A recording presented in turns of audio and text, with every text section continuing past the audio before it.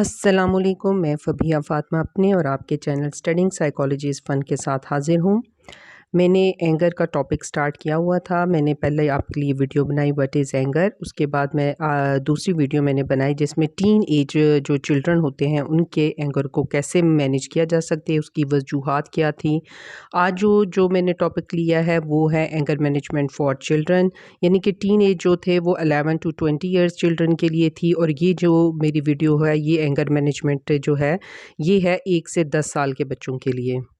इसमें मैं आपको बहुत कुछ बताने लगी हूँ, यानी कि दोबारा एक्सप्लेन करूँगी कि एंगर क्या है इन शॉर्ट। उसके बाद बताऊँगी उसके इफ़ेक्ट्स क्या हैं, उसकी कॉजेज़ क्या हैं, मैनेजमेंट क्या है। उसके अलावा मैनेजमेंट के लिए आप जो टॉयज़ यूज़ आजकल जो मार्केट में अवेलेबल हैं वो आप यूज़ कर सकते हैं बच्चों के एंगर को मैनेज करने के लिए, उसके बारे में बताऊँगी। उसके लिए ज़रूरी है कि आप मेरी वीडियो लास्ट तक ज़रूर देखिएगा। सबसे पहले मैं एक्सप्लेन करूँगी कि व्हाट इज़ एंगर, यानी कि एंगर क्या है।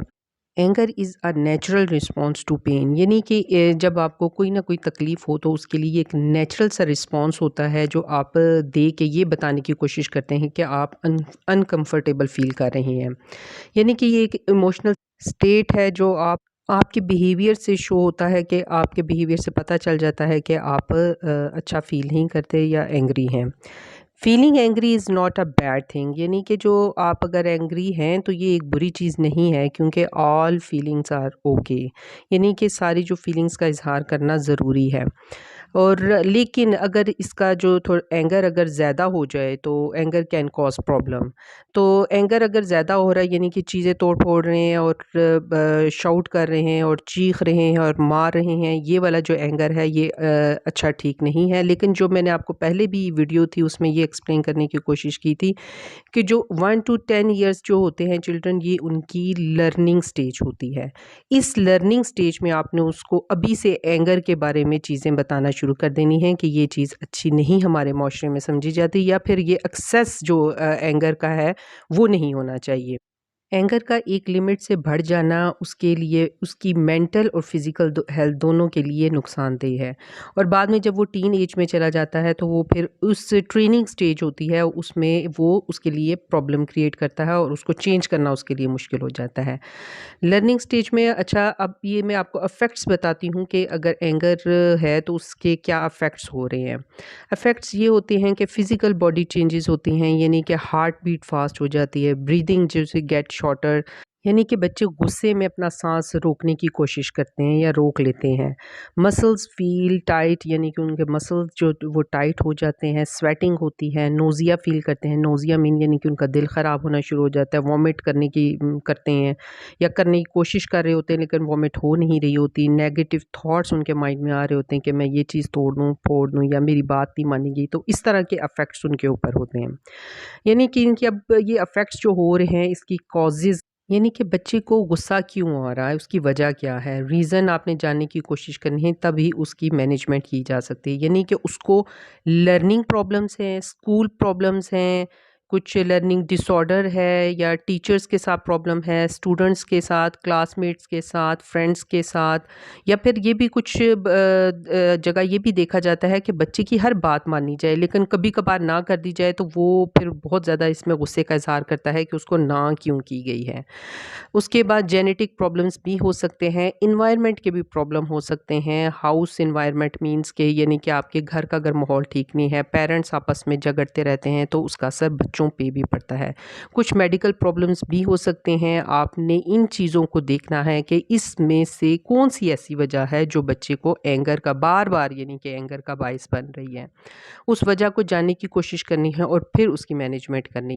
एंगर को चेक करने के लिए एंगर थर्मोमीटर यूज़ किया जा सकता है और एंगर लैडर, यानी एंगर थर्मोमीटर में आप ये देखते हैं कि बच्चा किस हद तक चीख चला रहा है, कितनी उसकी लाउड वॉइस है, इस चीज़ को चेक करते हैं। और एंगर लैडर जो है उसमें उसके लेवल्स होते हैं, यानी कि एंगर का लेवल कौन-सा है, यानी बच्चा किस हद तक एंगर शो कर रहा है। ये फ्यूरियस है, एंग्री है, फ्रस्ट्रेटेड है, अपसेट है, अनॉयड है, काम है। यानी कि उस लेवल में देखनी हो उसकी कौन-सी चेंजेज़ आ रही हैं, बॉडी में, बिहेवियर में वो चेंजेस को हमने चेक करना है। इसके बाद हम लोगों ने, जब हमें ये पता चल जाए कि बच्चा किस हद तक एंग्री है, उसके बाद उसकी मैनेजमेंट की तरफ आना है, यानी कि मैनेजमेंट के लिए हमें क्या करना चाहिए। सबसे पहले तो कोशिश करनी है कि आप बच्चे के साथ बात करने की कोशिश करें और उससे पूछने की कोशिश करें कि वो इस वक़्त क्या फ़ील कर रहा है और क्यों फ़ील कर रहा है, रीज़न जानने की कोशिश करनी है।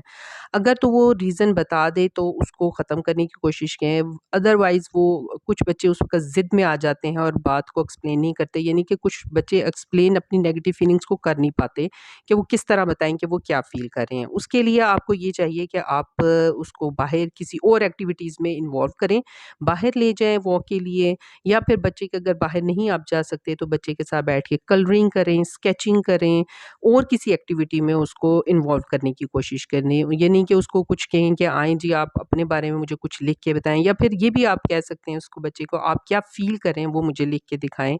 यानी फिर आप, या फिर उसको कार्टून लगा के दे सकते हैं, किड्स मूवीज़ लगा के दे सकते हैं, स्टोरी रीडिंग हो सकती है। काफ़ी कुछ ऐसा है कि आप बच्चे को इन एक्टिविटीज़ में इन्वॉल्व करेंगे तो वो बेहतर महसूस करने लग जाएगा। उसको किसी किस्म का आप गिफ्ट वगैरह भी देने के लिए कह सकते हैं कि आप गुड बॉय बनेंगे तो आपको ये रिवॉर्ड दिया जाएगा, यानी गिफ्ट दिया जाएगा। इस तरह की मैनेजमेंट आप उसके बच्चे के साथ करेंगे ताकि वो अपने एंगर को कम करे। ये एंगर इस एज में जो लर्निंग स्टेज है, इसमें बच्चे के एंगर को कंट्रोल करना और उसको बताना कि ये एंगर क्या है और इसको किस तरह कंट्रोल किया जा सकता है, उसकी नेक्स्ट ट्रेनिंग एज के लिए अच्छा होगा और उसको पता होगा कि कैसे एंगर को कंट्रोल करना है। आजकल मार्केट में भी एंगर मैनेजमेंट के टॉयज़ जो अवेलेबल है, मैं आपको ये पिक्चर्स दिखा रही हूँ, इन पिक्चर्स को देख लें। इस तरह की चीज़ें मिलती हैं बच्चों के एंगर्स को मैनेज करने के लिए। तो आप ये ख़रीद सकते हैं और बच्चे को जब बहुत गुस्से में हो तो ये उसको दे सकते हैं। और अगर बच्चे का गुस्सा कंट्रोल घर में या आप नहीं कर पा रहे, तो फिर आपको किसी भी काउंसलर वगैरह से राब्ता करना चाहिए और बच्चे की जो एक्टिविटीज़ हैं और एंगर के लेवल्स हैं उनको आप लिख लें और फिर बच्चे के किसी काउंसलर, साइकोलॉजिस्ट या फिर साइकियाट्रिस्ट से राब्ता कर सकते हैं, वो आपकी बेहतर हेल्प करेंगे। अगर आप अपने बच्चों के साथ एक दिन ऐसा स्पेंड करें जिसमें येस डे रख लें, ये मैंने एक मूवी देखी थी उसमें येस डे उन्होंने किया था। आई होप कि ये मुझे अच्छा आइडिया लगा कि मैंने सोचा आपके साथ शेयर कर लूँ। इस डे में आप बच्चे की हर बात मानेंगे और उसकी हर बात पे यस कहेंगे और इस तरह वो खूब फन कर सकेंगे। और आई होप कि मैंने आपको इतनी डिटेल्स में जो बताया है आपके लिए हेल्पफुल होगा। तो प्लीज़ मेरा चैनल लाइक, सब्सक्राइब और शेयर करना मत भूलिएगा। इंशाल्लाह नेक्स्ट किसी अच्छे से टॉपिक के साथ फिर हाजिर होंगी। Thank you. अल्लाह हाफ़िज़।